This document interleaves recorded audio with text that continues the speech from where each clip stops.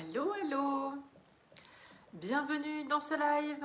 Je suis Cathy Furst, je suis mentor privé, mentor hyper proximal pour les femmes qui souhaitent se réaliser en grand. Et je viens ce soir vous parler des adolescents, de l'enfant en général, on va dire. Mais je l'entends plus, les mamans d'adolescents râler que les adolescents ne font rien à la maison, passent leur temps dans leur chambre, que leur chambre c'est un capharnaüm, qui n'aident à rien du tout et qui descendent ou qui viennent les voir seulement pour quand ils ont besoin de quelque chose. Ils passent pas de temps avec les parents, sont plutôt isolés. Et j'avais envie de voir aussi avec vous, est-ce que en tant que maman, et ben parfois tu as peur d'être trop maman poule et tu te dis qu'à cet âge-là, il serait temps qu'il le fasse lui-même.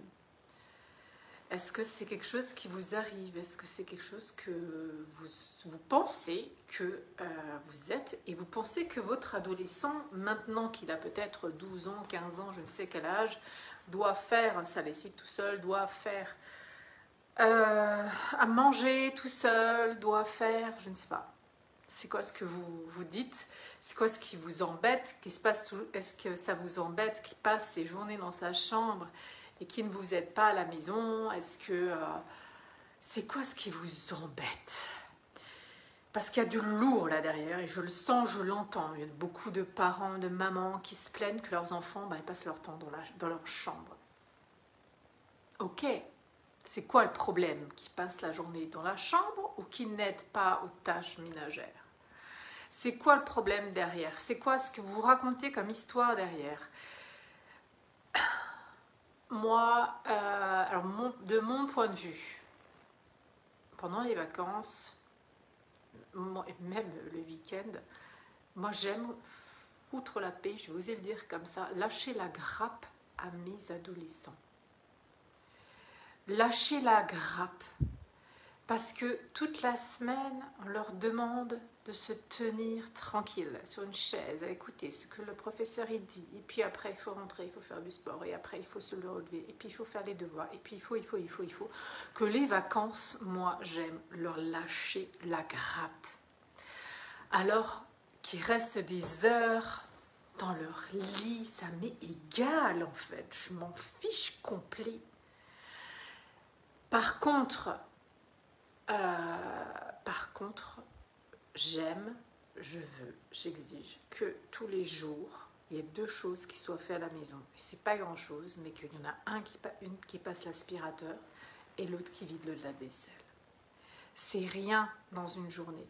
Mais pour moi, c'est énorme. Parce que quand tu rentres de ta journée de travail, tu vois que c'est bordel. Tu vois qu'il y a l'aspirateur qui n'a pas été passé. Tu vois que le lave-vaisselle n'est pas vidé, quand tu rentres, ça t'exaspère. Et ça, c'est intéressant, c'est même très important de le partager de cette manière-là à l'adolescent.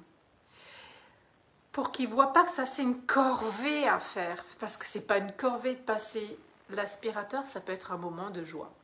Ça peut être cool, en plus. Maintenant, les jeunes, ils ont tout le temps leurs AirPods dans les oreilles, ils peuvent danser avec de l'aspirateur, faire une chorégraphie, ils peuvent appeler quelqu'un, ils peuvent faire ce qu'ils ont envie. Mais leur expliquer que pour toi, rentrer dans une maison propre, ça t'apaise, ça te met en joie, tu te sens tout de suite chez toi et ça te relaxe, quoi. Pareil pour le lave-vaisselle, ça leur prend rien en temps. Mais si l'enfant y voit une corvée derrière, ça va l'embêter de le faire. Si l'enfant il le fait parce que sinon la mère elle va gueuler, oh mon Dieu, mais ça va l'embêter de le faire.